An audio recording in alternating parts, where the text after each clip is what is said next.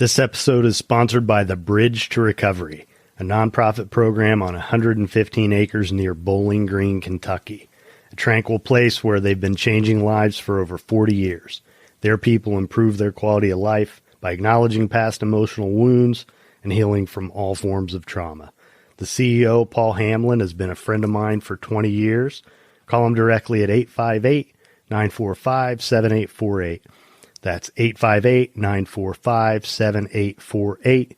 Or you can learn more about the Bridge to Recovery by clicking the link in the show notes or visiting thebridgetorecovery.com. Thank you for listening to The Path to Authenticity.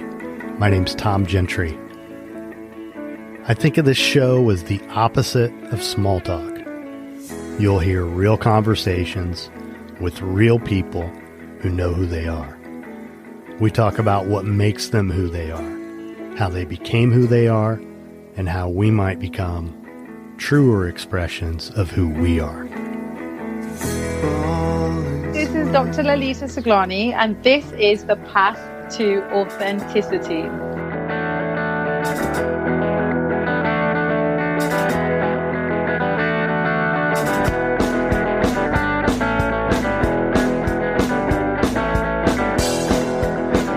Thanks for listening to The Path to Authenticity. This episode features my conversation with Dr. Lalitaa Suglani. If you want to learn more about her, you can visit drlalitaa.com, drlalitaa.com. So it took us a while to connect all the dots, but we finally did, and we're able to get together to have a conversation over the phone. She's in Birmingham, the United Kingdom, travels back and forth between there and London, and travels the world basically helping people become, their best selves. So we had a great conversation. I enjoyed it. And, I think you will too. So here she is, Dr. Lalitaa Suglani.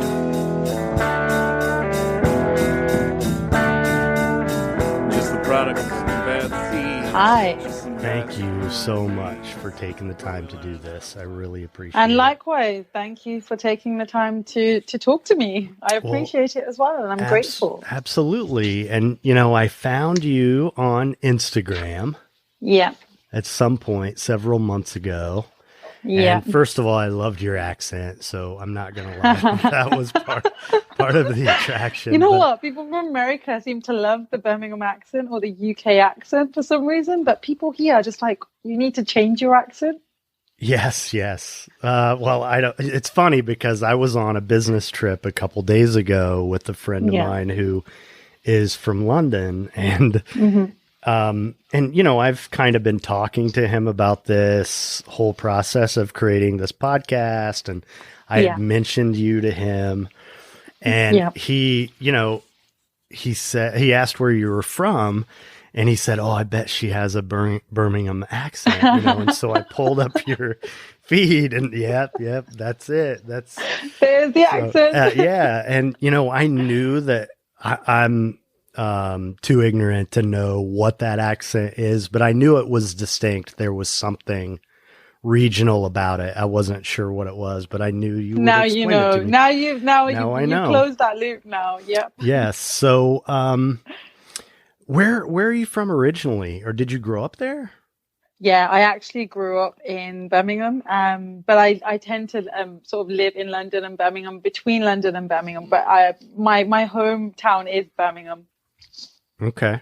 So, but your family, your heritage. So my dad was actually born in India. My mom, she's from the UK. So my dad came here when he was around 17, 18, and then married my mom and had 5 kids. So I'm one of them. I'm the second oldest. Okay. And here we are, still in the UK, travel around the world. It's such a beautiful place to be traveling, because obviously you create your own reality, don't you? You create your own happiness. And the family that I'm in, I love it. I love my life. And yeah, that's me.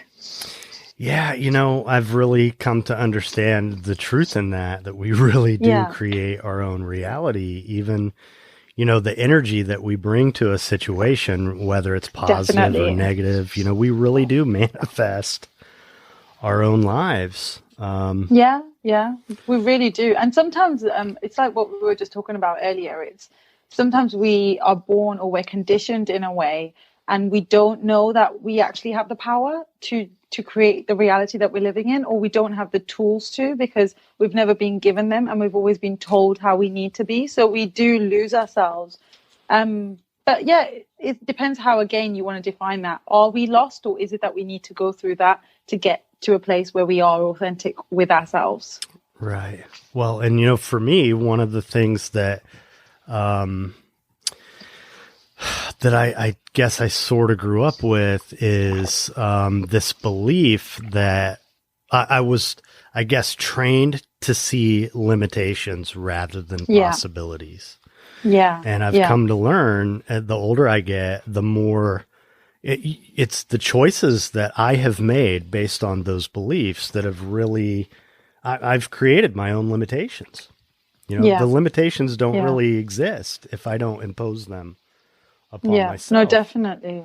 Yeah. Yeah. Because I suppose growing up, what tends to happen is we develop a blueprint of how we see ourselves. So if we don't, for example, see ourselves as being enough, or we don't think that we're in some ways right, what we'll keep doing is try and fulfill that belief system with the external world. So if we don't feel like we're enough, or we don't feel like we're lovable, we're going to keep trying to create or to try and fulfill that void that we've created within us, which is part of our blueprint, using the external world. And it's only until we get to a point where we develop this awareness of what our blueprint is and why it is this way, is where we can make them choices and changes to a more positive mindset, if that makes sense. Absolutely, it does. Yeah, I talk Absolutely. really fast, so if you want me to No, slow no, no, down, I you're can doing slow great. down. No, but I do think it would be good if you could just tell us what it is you do day to day, what your career, looks like. Okay, so day to day is very different. I work as a psychologist and a coach, but the work that I do is slightly different because I bring in a lot of the spiritual side of things. Because I think if you're going back into healing, past attachments, past wounds, it's so important. It's not just about the thoughts. It's you can't just clinically diagnose someone and be like, right, at the minute you've got depression and we'll do a little bit of CBT, which is cognitive behavioral Mm-hmm. therapy, and things will be okay. Because for me, that's still putting a plaster on the real root of what's going on. So for me, I add in Reiki, I bring in other forms of healing, which I think work as a package, if you like, to try and get to the root of what's going on, rather than the same belief keep going and replaying itself. It's so important for me to really make a difference in that person's life. So my day-to-day work is not just working one-to-one. I also do group work. I also I run groups, I run seminars, and I run a lot of campaigns. And one of the biggest campaigns I'm currently running is something called I Love Me, Mm-hmm. which is a process, or it takes you through a process of loving yourself. Because I found that when I'm working with clients, often the underlying what the underlying belief is that I am unlovable, and it's that they don't know how to love themselves. And I remember myself going and being in school, and the teacher saying to my mom at parents' evening, "Oh, she's not confident." But then the how to wasn't there. The how to in well, how do you then develop this? What is the solution to this? Or understanding why this person isn't confident. And I see it in kids day to day, even now. Like, so when I go in and do workshops and things like that, I don't just ignore the quiet people, because sometimes there's the reason why someone's quiet, and there's a reason to why someone's the loud one, and there's always more to what meets the eye. So honestly, I could Absolutely, talk forever. absolutely. I No, could no, talk no. I forever because I'm agree. I so agree. passionate about this. Yeah. So yeah, on a daily, and then I've got another campaign which is Dark Thoughts, and that's helping people to manage difficult thoughts, or when they're thinking, or if they're in a I think a lot of people, they say I'm really really depressed, or I can't stop thinking about certain things. And they're like, well, how do you stop? How do you manage your thoughts? Because it's so easy for us to say, okay, just stop thinking about it. But then it isn't, because you're still going to have these thoughts, and it's helping someone to manage these thoughts as well. So that's another campaign. And yeah, we've got loads of campaigns. Yeah, those are both really, really important. So definitely. I do a group once a week at an addiction facility with adolescent and young adult males. Okay, that sounds really interesting.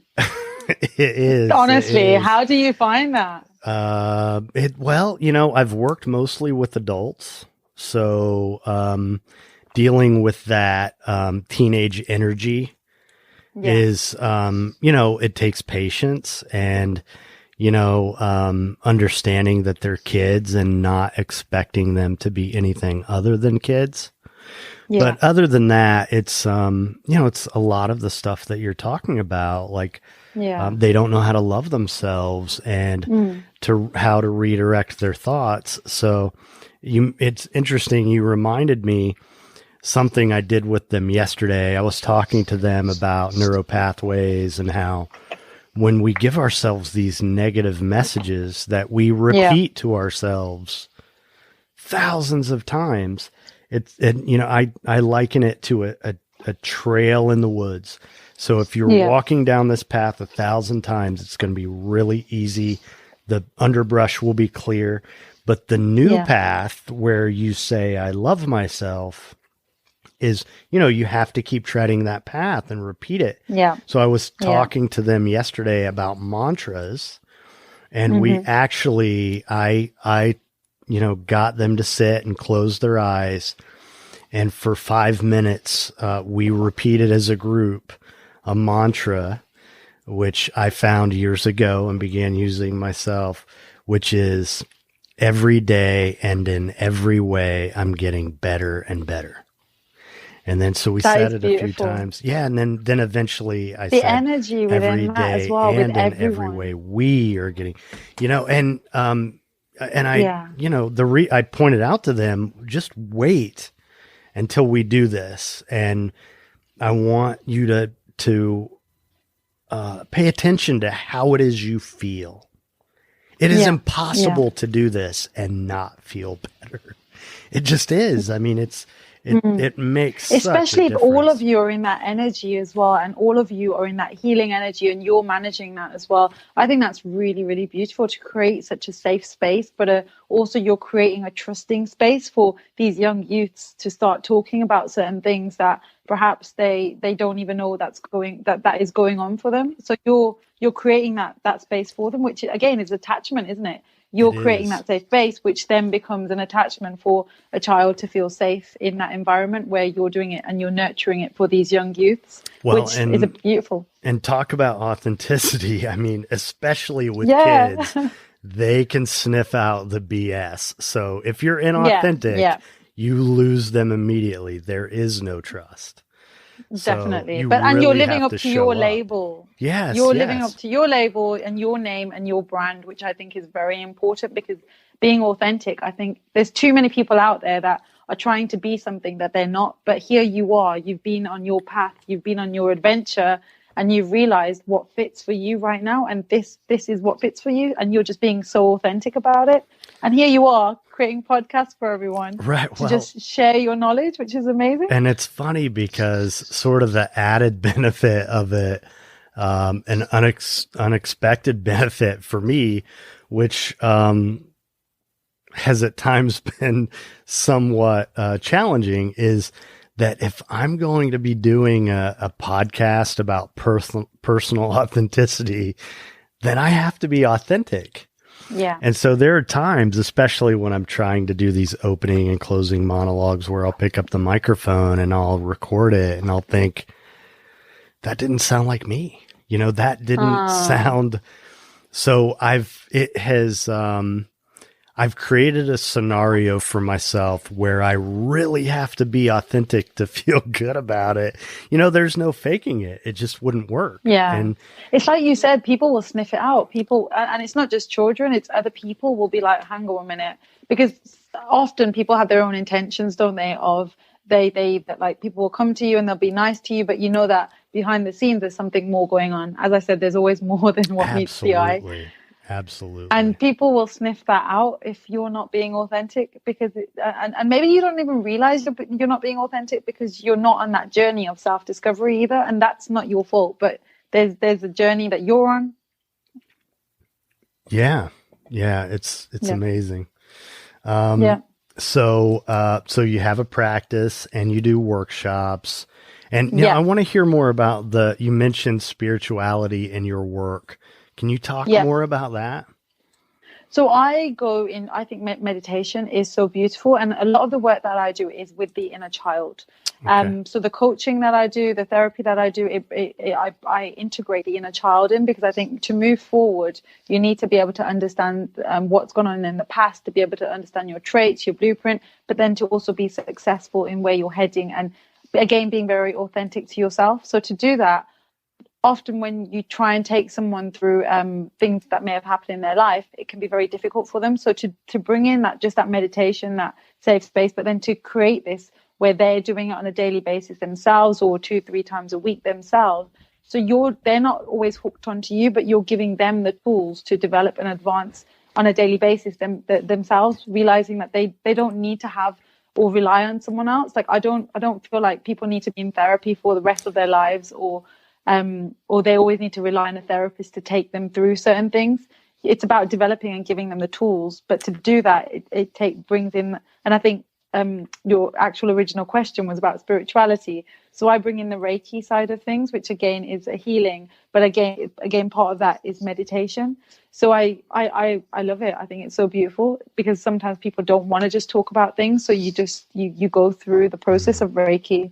And they heal in that way, because everyone's different and everyone needs, I suppose, their own way of working with them. Because if someone likes to talk, you can talk with them. If someone doesn't like to talk, you can understand, first of all, why it isn't that they don't want to talk. If there's something that they're trying to avoid, or you create a package that fits them.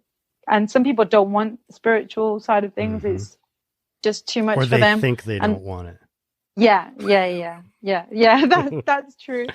And they have to be ready. People have to be ready. Like, people will come to therapy and you'll start to talk to them about certain things, and they're like, actually, I don't really want therapy. I want coaching. But it's very similar work that you're doing. It's the stigma attached to having a shrink or having a coach. Right. They're which I think is, Yeah, that is just the nomenclature really makes a difference, doesn't it? No, definitely. It really does. And I think coaching is becoming bigger and bigger within the UK at the minute, because I do a lot of international work as well, and I have clients around the world, and I find people, like, for example, people in America seem to be very open to having a shrink, and they'll tell their friends, yep, I'm in therapy, I've got a shrink.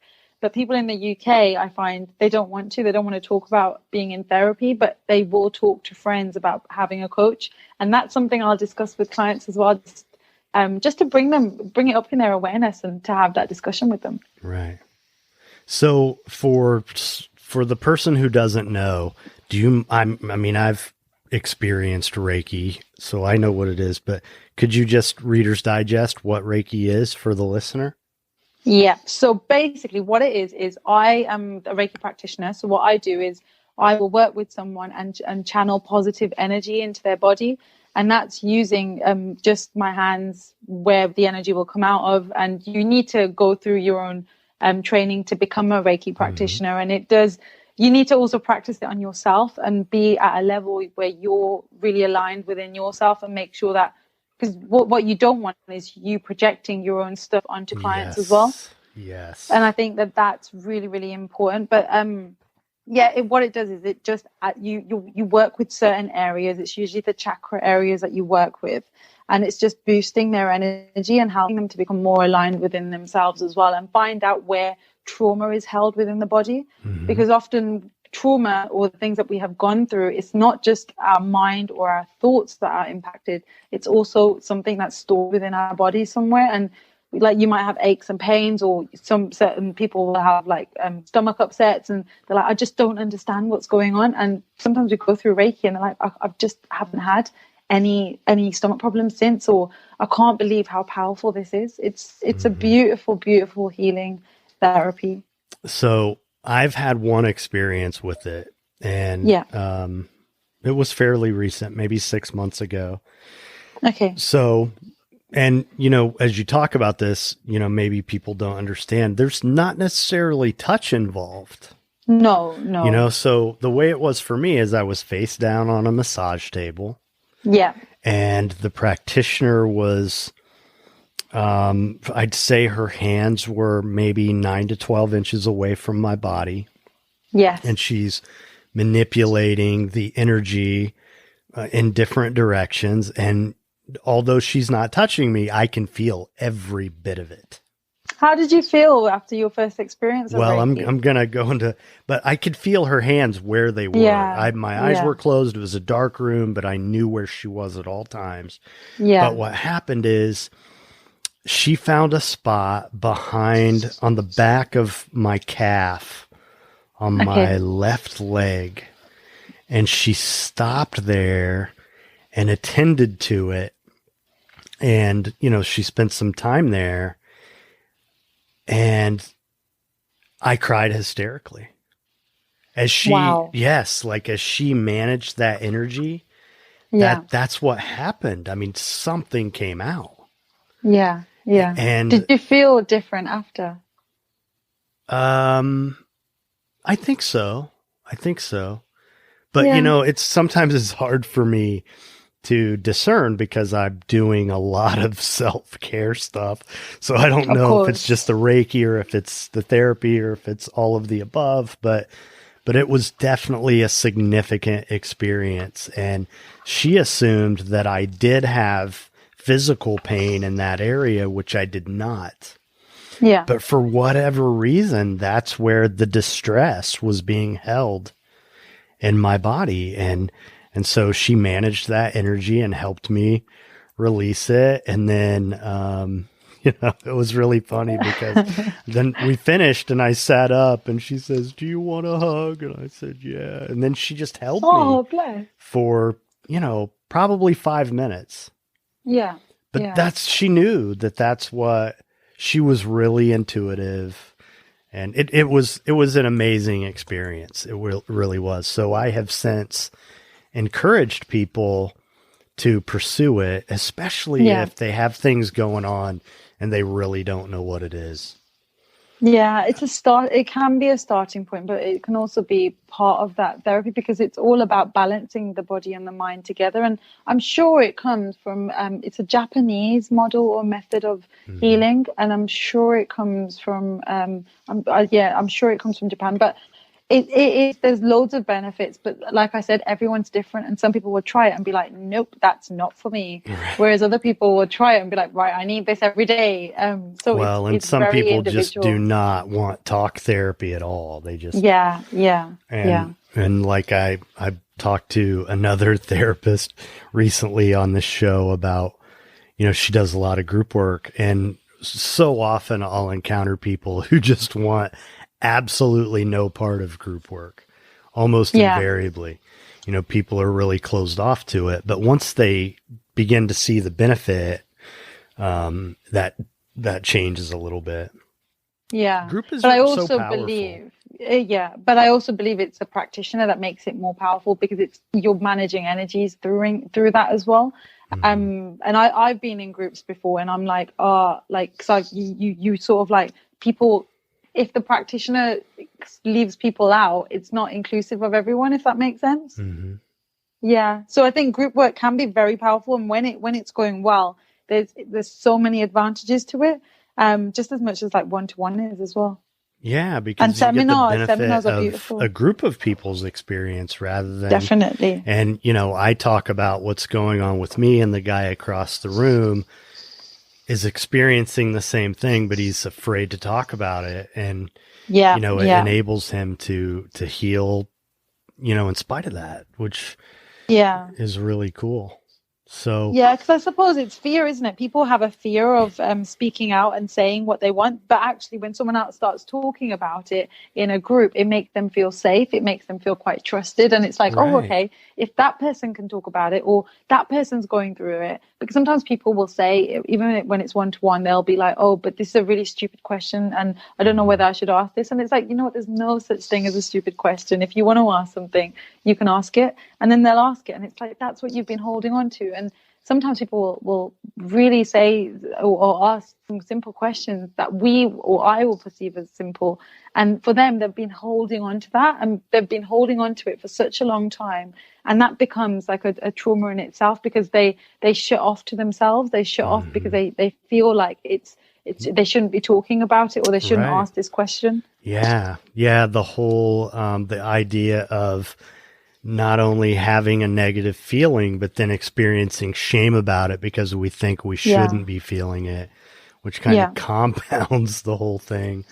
But you know what you're talking about, I mean, it really relates to authenticity, because what I have come to learn is that, you know, many, many times I've had this fear that if I really reveal myself, warts and all, or all of my problems or challenges or whatever, then my fear is that I'm going to be, at the very least, not accepted and probably even rejected. Yeah. But my experience is that that is never the case. Yeah. What's always the case is that the willingness to be real and authentic, people eat it up. I mean, they love it because it gives them permission to also be themselves. Yeah, and you definitely. know, that honesty, I mean, it really becomes a path to love when we think it's going to be the exact opposite. Yeah, It's and so you know what, interesting. you've hit a really good point there about coming from that place of love. And if you're just so open, and you're just so like not non-judgmental towards other people around you, because you're so content within yourself, it makes the other person feel so comfortable, and it makes them just feel like they can be themselves. Because I've been at events and things like that where people they're so afraid to even come and talk to you, but when you start talking to them, you just see them start changing. And it's similar with clients. It's really interesting, actually. And a study, I'm sure there's loads of studies out there about it, but yeah, it's coming from that place of love. But first you have to love yourself, and you have to work on yourself to be able to be authentic, because you can't be authentic without being aligned within yourself and understanding yourself. And that's what life is. It's self-discovery, isn't it? I think so. I think so. Yeah. I suppose everyone's perception of that will be very different. But yeah, self-actualization, self-discovery is my view of what life is. Well, me too. And, you know, I love this path so much, but, you know, there are plenty of people out there who just want absolutely no part of it. Like they just want to go through life, and that's okay. You know, that's their thing. But for me, I'm really fascinated by all this stuff. And once you're on this side, once you're here, there's no going back, because you're so curious and you always want to learn and develop and help people and be like, oh my God, I can help you. And this is what we can do. And you just, your energy is just completely different. And I suppose once energy evolves, or you are at another stage in your life, you're wanting to give back more. But like we were talking about earlier on, it's also so important to look after yourself. Oh, absolutely. Yeah. But you're right. You know, there is no going back. And, you know, one of the things, speaking of self-love, I think for guys, it's, maybe I'm wrong, but I think it's probably especially challenging. Yeah. Because there's such a feminine connotation, at least in my mind, to that concept. No, I agree. I don't agree with that, but what I agree is with the fact that there's like a stigma attached to it. Right. Because when I started the campaign of I Love Me, I got a lot of stick about, well, what do you mean loving yourself? It's like very ego driven, and you're telling women to love themselves even more. And I was like, no. I was like, that's very interesting that you say that, because obviously that's a perception of, or it's a reflection of that what's going on for that individual. And I was having a conversation with this individual, and I was like, okay, so what would you, or how would you want a male campaign of how to love yourself? And we're in this discussion for ages, just talking about this. And we came up with like, this is me. This is me. Instead of I love me, this is me. But I wasn't having it. I was like, because at the end of the day, we need to also break this stigma that men can't love who they are. And I don't mean love as in like an ego way love. I mean love as in a pure, authentic way, by them discovering who they are. Because if we start changing words and if we start changing things, it's almost like we're trying to give a subconscious message to individuals that, yeah, actually men can't love themselves. They just have to say, this is me. But we want to empower that. Well, that's the sort of message that I'm trying to give out, is that it's okay to love yourself, because everything starts with who you are. But again, it's not ego love, it's authentic love. Well, it's interesting, really, because, well, first of all, I don't know, at least in this society and in this culture here in the States, and maybe it's the same over there, but I feel like we don't understand love all that well in the first place. Yeah. So there's that. But, you know, what you're talking about, it's funny because I have come to understand love as being synonymous with God in many ways. You know, I think God is love. But, sometimes, you know, people are only going to be so open, and you have to find a way to kind of wedge your way in and open that door. And once you get them on board, you can kind of say whatever you want. But before that's open, you know, you gotta find what message they're going to be able to receive. Yeah. You know, which is something I'm really fascinated by because, you know, working in addiction treatment, which is by and large influenced by 12-step philosophy. And, you know, there are so many with the opioid epidemic, the onset of use and the average age of the person presenting in treatment just keeps getting younger and younger. And, you know, you're a young guy. You don't want to hear a bunch of AA slogans, and, you know, you don't want to think of yourself that way. But there's so much useful information in that philosophy that one of the things I've tried to do is, okay, let me take away the jargon. Yeah. You know, and talk about humility and talk about honesty and talk about brotherly love and all those different concepts that are, you know, addressed with the 12 steps, but not using as much of the 12-step language. Yeah, you know, that makes sense. And you know, so you're simplifying it in some way, aren't you? You're simplifying it, taking away the noise, and just getting straight to, okay, this is blue, and what do we do with blue? This is red, and what do we do with red? Rather than bringing in the presenting it as more universal too, because part of it is none of us want to feel different than everyone else. I mean, not that we don't want to be unique, but you think about it, when you're a little kid, you just want to be like all the other little kids. You want to feel normal. Yeah. So, but then also, is that a part of conditioning that we want? We're so sort of conditioned to be like everyone else. I mean, when you go to school, you wear uniform. You're not allowed to. You're not allowed to be who you want to be. Even in school, you have to sit there for 8 hours. But if that's someone who it's not you. I mean, if you go to other schools, if you're homeschooled, you get the privilege of having a different lifestyle or a different way of being at school. So that also will impact on you developing as an individual.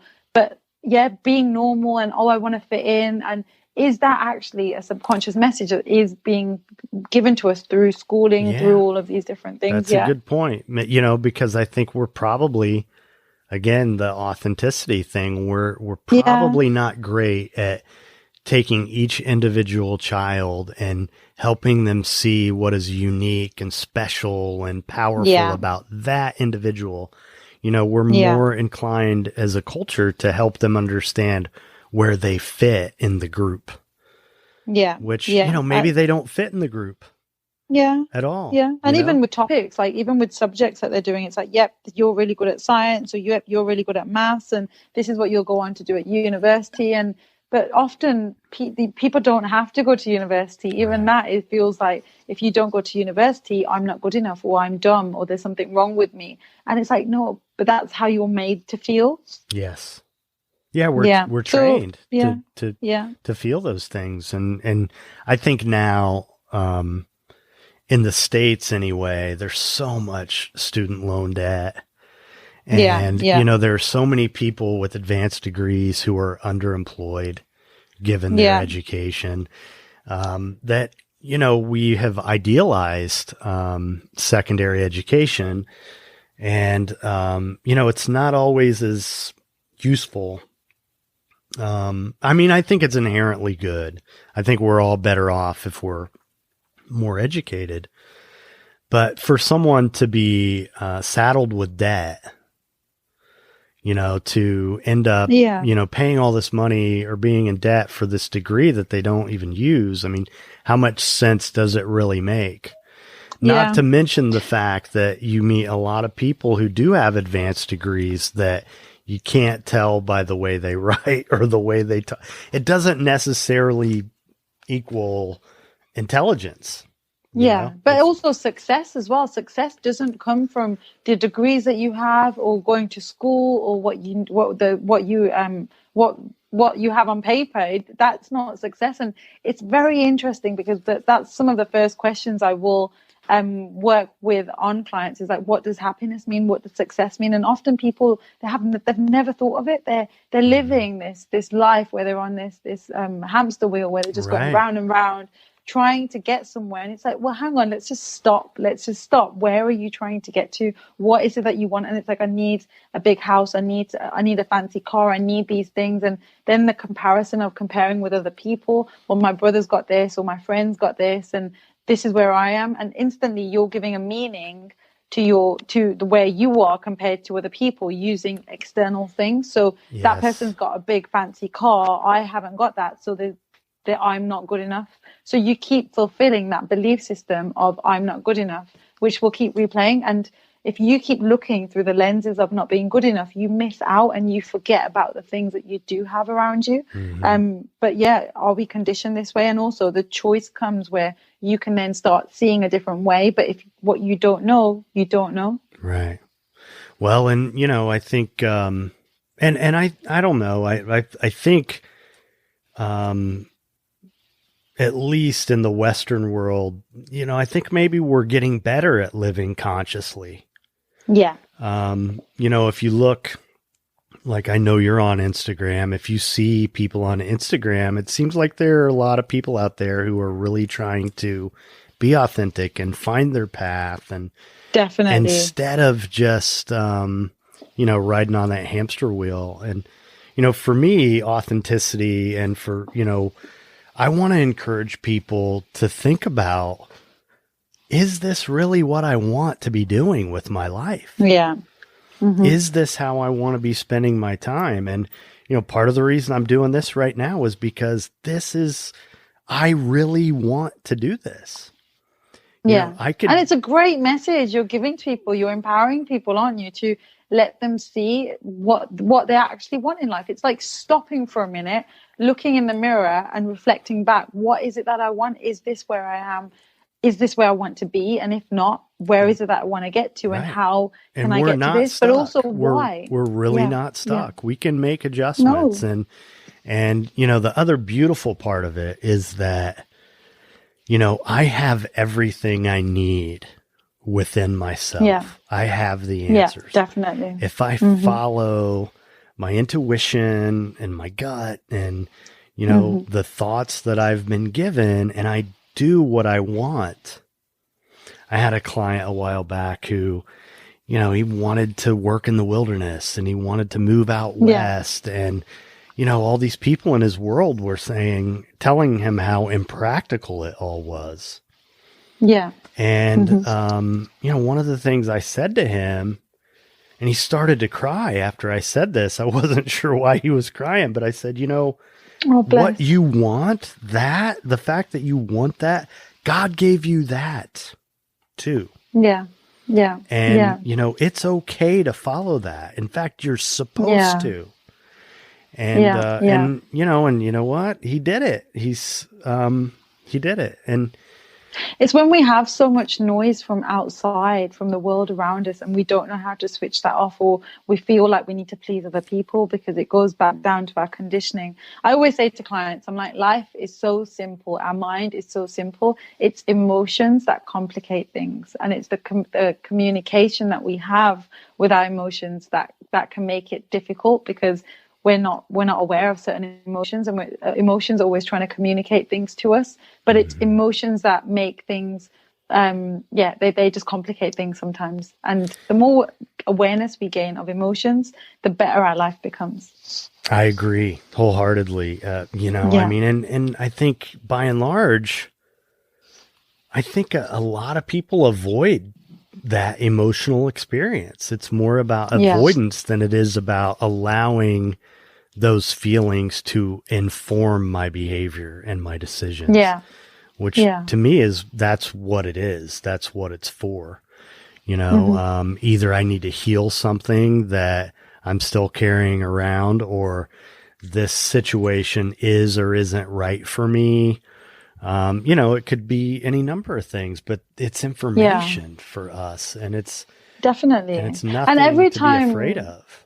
Yeah. And sometimes we're around different people and we will feel something and we'll try and ignore it, or we'll be like, oh, forget about this, I don't want to feel it. But when you're around people, it's not that person's making you feel that way. It's that person is triggering something for you, but there's some learning there for you. There's some understanding in, why is this person, what is it about this person that's creating me to feel this way? Is it because of the way that they're looking at me, or that they're just in my space? Like, what is going on? And that's where I think having or sitting with a professional and really getting to the root of like what's going on. Because I say to clients, I'm like, look, we will sit here and we will talk, but actually the real work happens where in this time we're bringing things to your conscious level, and then you go out in the world and you start doing research by communicating with people, but you're now more aware of the way that you are in the world. And that's how change happens, because you'll start questioning things, or you're not afraid to feel emotions because you realize they're not bad.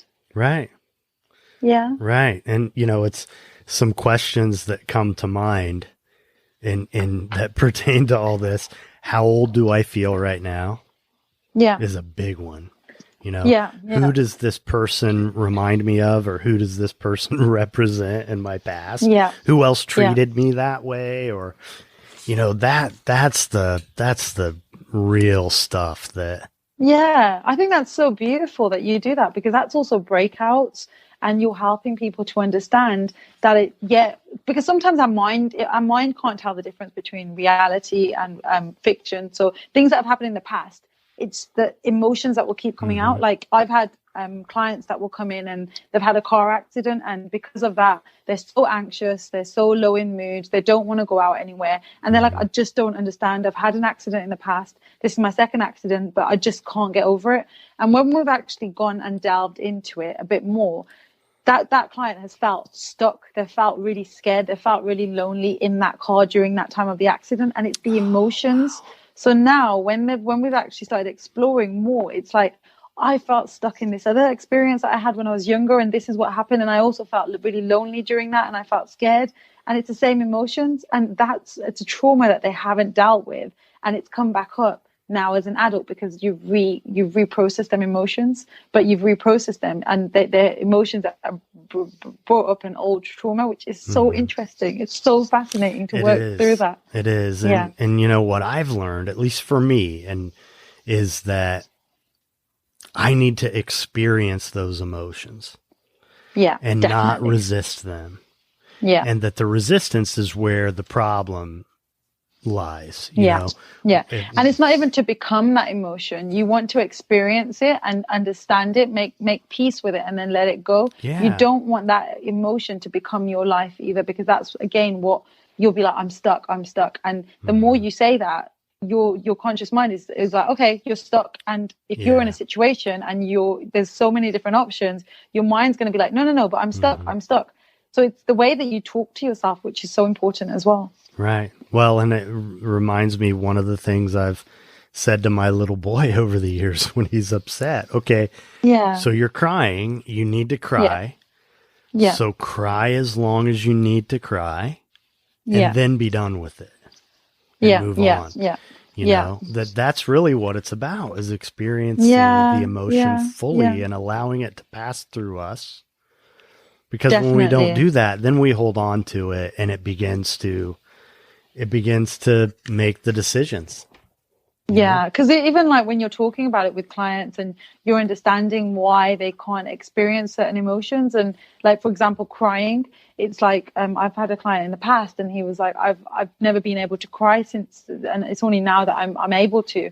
And then when we've gone back in the past, his mom shouted at him. And again, it's not to blame anyone or to blame parents, it's to understand. Right. And his mom shouted at him to say, stop crying, boys don't cry, you need to get on with it, just get on with it. So then he's developed a viewpoint of, I shouldn't cry. So every time he's trying to cry, he's shut that down because he thinks it's not acceptable. But it's so interesting how the meaning that we give to our experiences and how we then develop and behave as a result of that. Well, we adapt to survive our circumstances, Yeah, you know, and really that's a perfect example of, you know, it's all about love. It's all about, you know, receiving love. So if I cry and that's unacceptable to the person who loves me, then I better not cry or she won't love me. And then the next thing you know, it's 40 years later and you've been doing it your whole entire life because you haven't become aware of it yet. And it's really, really, I mean, it's so fascinating, this stuff. It is. Like I've had another client, and when they got upset as a child, their mom would get upset. So they learn, I can't get upset because I'm going to upset mummy. Right. So every time after that, and then they were in a relationship, they were married, and they came for couple counseling, and the woman was like, he just doesn't share his emotions, and she was really frustrated by it. And it came out, and it became apparent that he started to say, he was like, well, I'm not allowed to share. And then when we went back into understanding that, it was so fascinating. So for all these years, he was living his life where he just didn't share his emotions because he felt he wasn't allowed to, because he was going to upset the other person. Yeah, I know that. And then another one that's been big for me in my life to kind of wrap my head around is sadness, because some of the things I experienced in childhood about how sadness was met by the people around it, that I got this message at a very young age that that's completely unacceptable. I do not want to be sad, so I'm going to go through life and not be sad. And not show that emotion. Even though you feel it, you'll be like, I can't show it. Yeah. Right. And then, you know, so a lot of my personal healing, especially over the last several years, has just been mourning things that I needed to mourn that, you know, they're kind of even undefinable. I don't even really know always what it is, but, you know, just allowing myself to be sad and feel sad and then let it pass through again. You know, these things accumulate, and if we don't learn how to manage them effectively, then they always come out anyway in messier ways. And that, to me, that's really what addiction is. And, you know, it's just ways that we respond to our distress. Yeah. And it's ways of coping. It's ways of coping with us, with, again, an emotion. It's an emotion that we don't want to feel. We try and suppress it. We try and hide it away. And alcohol, addiction, drugs, there's loads of different things that will try and help us. And that's temporary. And then we then, like, say, for example, if it's alcohol, we'll drink alcohol. It'll feel okay. We'll numb it. But then we become sober again, and it's 10 times worse. And it's like, okay, I need to drink again. And you're finding a way, and you get hooked onto finding or needing something to manage the emotion. And we develop it in our head that this emotion is so difficult. And it is the emotion that we are running away from, or we find really difficult to manage because we don't know how to. Yeah, absolutely. Emotions are so powerful. Yes. Yeah. Okay, so switching gears a little bit. That's fine. Go for it. How did you know that you wanted to help people in this way? How did that come about? I've always been someone who is very empathetic. I've always been the sensitive one out of the siblings, and just pick up on people's energies and emotions from a very young age. I've always been very alert, very intuitive. And I accidentally fell into psychology. I actually went to a taster class, and one of the tutors there, they were talking about psychology, and they were talking about dolphins, and dolphins sleep half of their brain hemisphere at one time, otherwise they drown. And I found that fascinating. I was like, what subject teaches this? And I just found it really, really interesting. And I started going into psychology, and I studied it at college. And as I did it, I was going through theories of like Freud's theory and behavioral therapy, just behavioral studies that have been done. And I found it fascinating of how people and why people are the way that they are. But I always had that curious sort of mind, but it was always switched off from a very young age. Like, nope, we don't ask people these sort of questions. We don't do this. Yes. So yeah, I was that. So I became very quiet growing up. And this is why even at school, they were like, she's just really, really quiet. But now I'm the complete opposite. So I went through college, I started studying it, and I fell in love with it. I was like, this is my language. And I felt like I was finally connected with something that understood me, because for a long time, I didn't have that connection with something. I always thought that there was something wrong with me, there was something happening, or what was wrong with me that no one understood me. So I was someone that I wasn't, and going through this helped me to become more authentic with myself and feel more comfortable with who I am. So yeah, and I started talking to other people. The more I started to delve into my own world. And a lot of people are going through very similar things where they lack in self-belief, self-worth, and it's often the outside world. And I get it. And I'm like, I can help you through this because I've been through it. I know what's going on. I know how to. And I think for me, it's the how to. How do you? Because I lacked that growing up. And this is something I want to now help so many other people. And there's so many people that want it. And I'm like, oh my God, and I do believe that we go through certain things to be able to be given something as a gift, and to give to other people around us. Just like on your journey, you've been given something. And I do feel like it's in some ways it's us giving thanks to what we've been through, and yeah, helping other people now. So yeah, that's my journey. Well, I mean, the way I've read some authors, the way they would express it is, our wounds are the gifts that we use to heal other people. Yeah. And it's really true. So I was going to ask you if there was a turning point in your life, what would it be? And it sounds like you just described it. Yeah, it was the studying, but at the same time of studying, I think it was when I started to realize that I am enough, that I start believing in myself by understanding why my beliefs are the way that they are. And during my PhD, I was forced into therapy, and I was like, it was part of the course. And I was like, I don't want to go. I remember sitting there, and the first therapist I had, she kept looking at the clock, and I was sitting there like, I don't deserve to be here. She's obviously bored of me already. And it took me like 3-4 sessions in to actually ask her, like, you keep looking at the clock, and I feel like I shouldn't be here. And that just brought up all this other stuff that was going on, and it just unraveled everything. So that was beautiful in itself.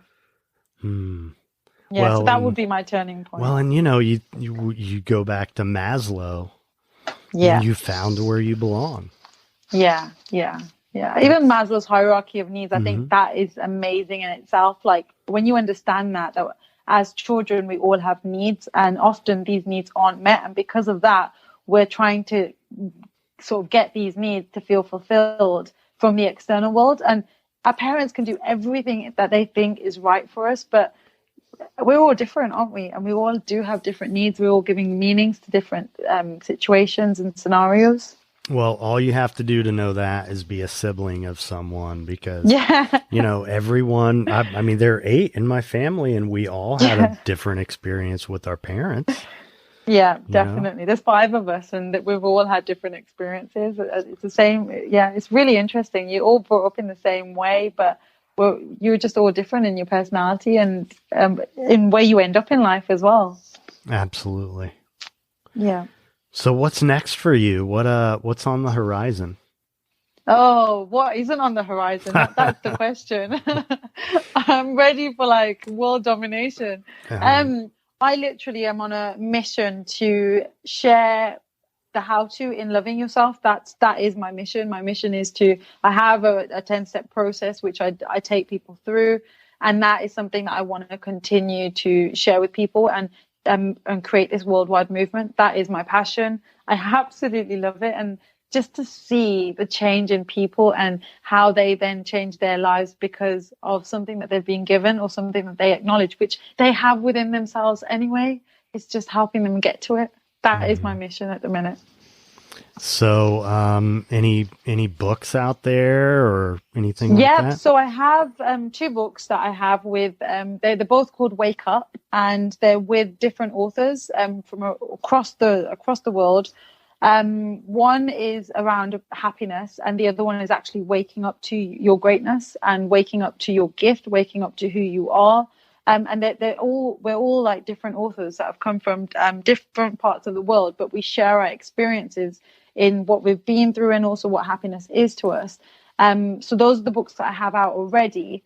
But I also have a collection, I say, of books coming out, which is called Little Did You Know. They will be out in, I believe it's next month. So yeah, they will be out. And there's a series of 10 books coming out. And them 10 books are small little books. They're just you just quickly pick them up, read through them. They're not something to get really, really stuck into, because I don't believe that you need a lot to really delve into who you are. So it's a 10-step or 10 process book collection coming out next month. Wow. Called Little Did You Know. So where will people be able to find that? That will all be done online. If you follow my social media, you'll be aware when it's coming out, what's happening with it. And yeah, there'll be promotions and special offers on for the first month, I think it is. So and listeners will be able to find links to your social media and your website in the show notes as well. Perfect. So that's brilliant. So, and if they have any questions, they want to ask me anything, they want me to talk in my Birmingham accent, I'm happy to do it, whatever they want. Oh, that's fantastic. Yeah, no, I'm happy to answer any questions that people and you have a lot of videos too that can be useful to people that they can just go find right now. Yeah, and that's the thing. I want to be able to give free content out to people. It's not about like getting sort of money from this. For me, it's more about helping people to just get real with who they are. Yes. Yeah. So yeah, if they want to access my videos, have a look. If you've got any questions about the videos, you can ask me, and I'm happy to help. Well, I really appreciate your time. I've enjoyed this conversation immensely. Likewise. Yeah. So thank you. It's been a pleasure. Thank you to you as well. It's been lovely, and I am very grateful to be on your podcast. Thank you. I am as well. You're welcome. Bye-bye. Okay, bye-bye. Did you see my text? No, I didn't. You didn't? I asked you not to hang up. Oh, okay. You did it anyway. No, that's good. That was perfect. I wasn't sure what to do, but then I was like, do I not? And I was like, I'll just hang on for a minute and see what happens. Yeah, for some reason I always forget to tell people that. Oh, okay. Yeah. And then people hang up and be like, okay. Yeah, well, sometimes, like, I don't, okay. Sometimes it's okay if they hang up, but I actually wanted to keep talking to you. So, no, this was great. I mean, I feel like, I look down at my phone and it's all of a sudden it's an hour in already. Yeah. You're like, uh-oh. It's been, no, not at all. It's been great. I could have talked for a long time, Yeah. Honestly, there's so much to talk about within this field. There's so much to do as well within this field. It's just, and I think, I believe that we're all on this consciousness, and the more that we are getting together as conscious people, the energy that we're giving out to people is just beautiful. And we're just helping people to get to a completely different level in their lives. Yeah. And, a level that they don't even know of. Absolutely. Yeah, I think, and that's a good point, because so many people don't even realize they're unhappy. Yeah. Or they're living a life where they'll be looking again on social media, looking at everyone else, and they'll be like, look at how everyone else is so good, I can't do it. Like there's obviously something wrong with me, and they'll continue to live that way. And it's like, no, you don't have to. You need to wake up to who you are. You're amazing. And well, and there's a school at Harvard now. There was a book by a guy named Sean Anker that came out called a number of years ago called The Happiness Advantage.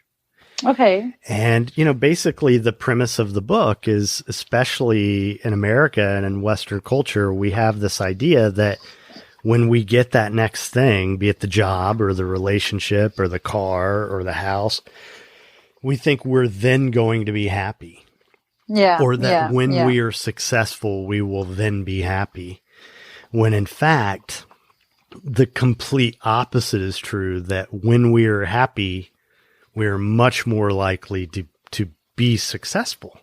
Happiness breeds success and not the other way around. No, I completely agree with that. And it's sad because, like we said, what we're talking about is a lot of people, they want that big car. They'll get that big car and it's like, okay, now that 2 weeks I'm driving that big car. Now it doesn't make me happy anymore. Yeah. Now I need something else. The novelty wears off. Yeah. And then, because I actually work with quite a few business owners, and they're like, I'm so successful. I have all this money. I've been told I've done everything that I need to do, but I'm not myself. Happy.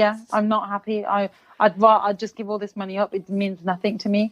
And it's like, but you're working this hard, and why are you doing all of this? And they're like, because I want happiness, but money doesn't buy happiness. And you're taught from a very, very young age that, again, it's part of that conditioning, isn't it? Absolutely. Yeah. Fascinating. So my thing really is the podcast is kind of to develop an audience for my writing. And a lot of what I'm focusing on is men's work, because I think we're at least here, and I'm sure to some degree there as well, we're just not really good at teaching men how to be men. No. And even the I love me stuff, you're not like, there will be men, but men don't want to do group work. I have a lot of male clients and they're like, I don't want to do, because when I do anger management groups and things like that, they're like, nope, I don't want to sit in here. And when you do facilitate that, it's very, very, you have to, at least like the fourth or fifth session down, they will start to get comfortable with one another. Before then, it's like, nope, because ego's just there and like, nope, I'm not talking about what's going on for me. I don't want to be here. Or there'll be a guy who's very sensitive and it's too emotional, and it's like, oh, I shouldn't be this emotional. There's something wrong with me, and I'm not going to cry in front of these other guys. Yeah. And it's like, you know what? It's okay. Like, we're going to create a safe environment here. Well, speaking of conditioning, I mean, guys, we take on this competitive sort of adversarial stance. That's what that is in that group, because we're taught that when what we really need is love from each other.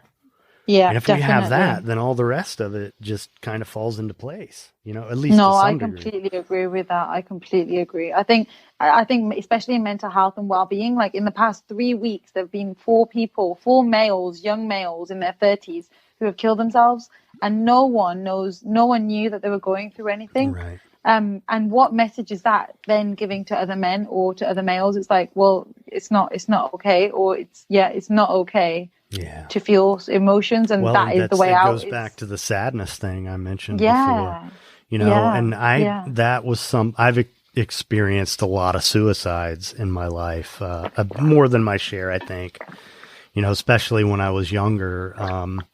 But they've all been men. And they were all in distress and didn't know how to deal with it. They weren't talking to anybody about it, and it's just a shame. And the Anthony Bourdain thing really kind of hit me hard. It brought all that stuff up. Yeah. And I ended up writing an essay about it and kind of got some of my anger out about it. Yeah. Because really, it is just so sad. But, so many men suffer in silence. Yeah, but then also, is it because services aren't being offered? Like, they're like, I'm not going to go to my GP. I don't want to go to here. I'm not bringing up the Samaritans. I'm not bringing up these people, because this is one thing I've been trying to focus on. Is like, a lot of people will they want help, but they don't know where to go. Or there's too many different people. There's coaches, there's therapists, there's this person. So what do I need? and there's no one who can help or direct. So instead it's like, you know what, I'll just deal with it myself, I'll just get on with it myself. But you're not dealing with it, you're not getting on with it, and that emotion is still there, you're just ignoring it. So yeah, maybe there just needs to be, or if in your campaign or anything that you're doing, is to help people realize that, look, it's just a call, or it's just a conversation that we're going to start off with. If there's anything bothering you, if you want to ask any questions, even if you think it's a silly question, it'll all be done in confidence, and yeah, just to ask away. Well, and I think for me, I do have some campaigns in mind that, you know, to kind of remove this stigma around emotions. I feel like that's where with men it's going to have to begin, is that first comes an acknowledgement that I am an emotional being, and that's good. That's not bad. Yeah. You know? And there's a quote that I've used. There's a guy named Sam Keen who's a philosopher, and he's written about manhood, but it's, we can only choose whether we will feel and not what we will feel. Yeah. That's true. That's very powerful. It is, but it's, and also, like, I posted something about this last week. It's just, it's ridiculous to think that we are emotional beings. Yeah. And we deny that. Yeah. We're pretending like that's not the truth. Yeah. And we're so fearful of feeling emotions. Yeah.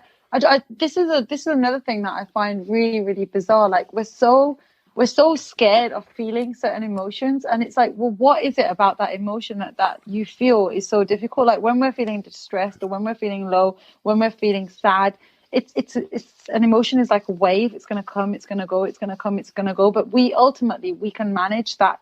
We can manage it. It's like, if we manage people not coming into our homes because we lock the front door. It's the same with thoughts. If thoughts aren't if we don't want to welcome these thoughts in, we shut the door on them. And it's about, how do I shut the door though? And it's not giving them the attention, because if someone keeps knocking on the door and you don't want to let them in your house, you will not open the door, or you will tell them to bugger off. So I tend to use that analogy with clients, and I think it's really powerful, because yeah, we are emotional beings, and more needs to be done. I'm sure we have a campaign starting with just men as well, but it's more about men emotions and helping men to realize, because there's, like I said, there's so many different suicides that are happening, or have happened here as well in the UK, and it's ridiculous how many are just, it's increasing, and it seems to be younger males who don't see any way out. Yeah, and you know, I've seen some things on documentary work about men's movements over there.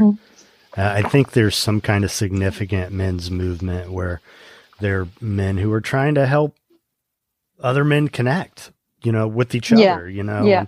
And that's those sorts of things have kind of come and gone over here too. But I think, I don't think all this stuff has been addressed effectively. You know, and you know, the message in terms of how to really connect with men, I don't know that anyone's really done that all that effectively. Well, you know? Maybe that's your calling. Well, that's why I'm saying it, because that's what I've kind of taken on, you know, because you think about it. I mean, at least in my view, what I see is most of the books for men are either about how to make money or how to get laid.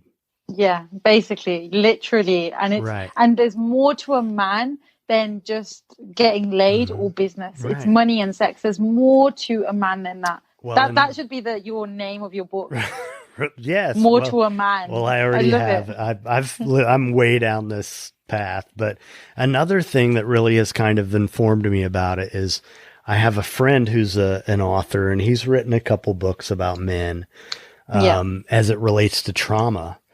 And he had a big online presence. He's kind of disappeared. He not completely, but he was making a name for himself, and he kind of has vanished a little. I think it's because what I see is, so it kind of began with, you know, we say that men don't have trauma and women have a lot of trauma. Men have trauma as well. Right. I agree. But as at least in the addiction treatment industry, there was a period of time where they were citing all this documentation that 85% of women who present in treatment have had some sort of traumatic experience. And it's just not that way with men. And it's not true. It's really not. That's not true, because that's how men will perceive it. Like if a boy is to fall over and hurt himself, it's like get up and get on with it. If a girl falls over and hurts herself, it's like the end of the world. It's the way that we're treated as well. Right. So it's not true, but it has been accepted as truth to some degree. And so this guy kind of took that mantle, talking about men's trauma, and a lot of the stuff he was doing online, when you would read it, it kind of comes off as complaining and sort of weak. And, I think the challenge with this stuff is how to convey a message that men are going to respond to and that they're going to be attracted to. And I think it has to be powerful. No, I completely agree. It has to be about power. So that's really, that's where. Because the campaign that we were thinking for men was that this is me, but then I didn't like that. And then it's just be, that it was just be and full stop, just to keep it really, really simple. And then it's like, be kind, be lovable, be gentle. But then I was like, I don't like that either, because you're telling someone what the way that they need to be. It's not authentic, because you have to be very careful. Again, like you said, you're targeting a male market, but it's like what males don't like to come forward. What is going to make them come forward to you, and how will they come forward to you? What's going to attract them to want to open up about certain things and come to you and talk to you? So when you say we, and you asked me if I did all my own social, I assume you have a team of people who are. I have a designer, and I do all my videos, I do all my content. That's everything that I do. But then my designer will put it on my social media for me. And there's certain things I will put on my social media, but ultimately there's a strategy that they tend to to use. And we'll sit down and we'll create cool things and campaigns, and right, this is how we're going to do it. This is what's going to happen. This is how we're going to interview. This is what's going to go on. And I plan it all, and then everyone else is involved. Oh, that's great. Yeah, it's really fun. It's fun when you're working with passionate people, and you're working with people who get your vision, and your vision's just coming to life. Mm-hmm. Yeah. Yeah, because I think you have to be very careful, because I've collaborated with people before, and I've worked I've run a business with people before, and if their passion isn't in it, or they're after certain other things, it's just not going to work, because you're not authentic and you're not on the same wavelength or page. Yeah. I've gotten to the point in life where I believe in my vision. Yeah. And nothing is going to stop you. Right. I'm not going to bring someone into the fold who's going to challenge it, Yeah. People will. You'll always get people that will come and challenge this it. Podcast, and it's their own projection. I've had people tell me, well, an hour's way too long. And, in the beginning and the end, I play songs. And I went to the trouble of getting licensing to be able to do it legally. And then I'd have people say, well, maybe you only ought to play the first 30 seconds, and maybe you ought to do this. And maybe you know what? There's so many people that will bring noise into your life. Literally. And it's like, no, don't do it like this. And I had a designer, and everything had to go through him. And he was and I felt it was just very ego driven. And I said to him, I was like, look, you're not coming from a place of what's going to be right. If another designer said something, you're not going to accept it because someone else has said it. You're not saying it because it's a good idea. And I don't like that. Right. So I was just completely honest, and he shifted, he changed. And since then he's just been on it. Well, you helped him. He wasn't aware that he was doing it. Yeah. I coached him, and I was like, I'm not having this. Yeah. I want this done. Well, and so for me, the challenge has been to be receptive to feedback, but also not compromise. And what I ultimately decided with all this is I'm looking to attract my people. Yeah. My people are going to want to hear the whole song. Yeah. My people are going to want to listen to the hour-long interview, and they don't need a call to action every 10 minutes or, I'm just, that's not who I am. And that's not what But that's brilliant because you're not fitting in. Like there's all these different funnels that you need, and you need to do this and you need to do this, and you need to start getting people's email addresses, and you have to get this. And it's like, no, if you don't want to. No. And it's like, no, you don't give out free content. You'll just give out something, but don't give it all away. I'm like, no, I will give what I want to give. Like no one's going to stop me. Well, and it's about coming from a place of abundance too, because there will always be enough.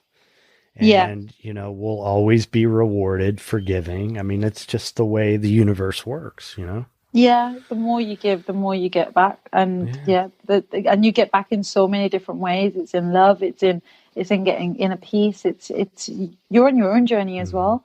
And you're always learning and growing. Every individual that comes your way, you will also take something away from that. Well, listen, I like talking to you. We need to stay in touch. Yep. We need to. Yeah, no, definitely. I will start sharing in things your the posts and stuff that you start putting up. So that's fine. I'm happy with that. Okay, and I did do some cover art, but since then you've had a lot of photos taken, and I could probably use another one. What I've been doing is that's fine. Yeah, maybe I'll promote it ahead of time, and then the day of have a different piece of cover art. So I'll look for another photo or two. And, and I mean, if you, I'm pretty happy with how this is going. It's exciting. The most recent episode, have you listened to any of them? Yeah, I listened to your introduction on your previous one, and I loved the artwork. I thought that was beautiful. Thank you. Yeah, I was like, oh, that's so cool. Well, you mentioned the inner child stuff. I mean, one of the things that a gift that I've experienced in my career is I became friends with this woman, Lucia Capacchione, and she wrote the book Recovery of Your Inner Child. And basically what we know as inner child work, she developed it. That's amazing. And it started with, she studied transactional analysis, and it kind of shifted from there. And she was also an art therapist. And so, then she started working on all this right brain stuff. And so there are 2 full episodes with her that are really, that's amazing. Yeah. The first one I did with her, and that's been the most successful. But then the one I released last week, I became friends with this guy many years ago down here. Yeah. And I live like an hour north of Miami, but he's a poet, and he had submitted this book for publication over the course of 10 or 15 years, like 350 times. Yeah. And it was rejected all those times. And eventually it got picked up. And then he won a Guggenheim Fellowship, which I don't know if you know what that is, but that's I mean, it's incredible. And so he's got this incredible story, and he's also a person, I heard him doing a reading, and I listened, and I thought, he's sober. And we're both in AA, so that's how we kind of bonded. But this is a guy who at 23 years old was an alcoholic, and, he stopped drinking, and then he went on to do all these great things. And now he's a priest in Madrid, and he's an Anglican priest. And so I've had people all over the world listening to this thing, over the past week. So I'm pretty excited about it. I am. Yeah, no, definitely. And honestly, the more podcasts you do with lots of other people, the more you're going to get tagged in different places, and people will just start following. Yeah, because there's so many amazing podcasts out there. It's just amazing to learn so much from different people, and that's what I love about podcasts. It just connects you with so many different people, but knowledge is on your doorstep. Yeah. Well, if you know anyone who you think I would want to talk to, or vice I would versa, definitely put you in contact. Yeah, please let me know. No, definitely. And even if I have any male clients who I think, you know what, or if they're going through certain things and they want to work with another male coach or male therapist, I will pass on your details. Yeah, and just so you know what I usually do, I talked to a guy yesterday who I usually just like to sit down with somebody and listen to what's going on with them, and then just be honest about whether I think I can help them or not. And, be honest. Tell me if you feel like I'm someone you're going to want to talk to. And if not, I'll help you find whoever you need to find. It's not a... That's brilliant. That's such a lovely way of doing it. Yeah, no, definitely. Yeah. I wish more people did things that way. Yeah, rather than coming from that way of like, yes, I've got another client, more money coming through. Right. It's like, no, and you might not be able to we benefit all need that to pay client. the bills, but yeah, we do. It's but hard not money to, will come. But it does, and I mean, this, I've the kid who moved out west. I mean, he was, somebody referred him to me as I was giving back with him. He needed help. He was motivated to do the work and so, but the benefit is just, I mean, there isn't a dollar amount on something like that. When somebody gets to have the life that they want to have, I mean, I'll take that every day over the $100 or whatever it is, Yeah, that's it. It's beautiful. All right, Lalita. Well, it's been a pleasure. Thank you so much. No, it's been lovely. Thank you so much. Yeah, and I'm so glad the connected. universe has blessed us with being able to connect today. So thank you. Me Universe too. as well. Absolutely. Yeah. Thank you. I'll talk to you soon. Take care. You too. Bye-bye. Bye.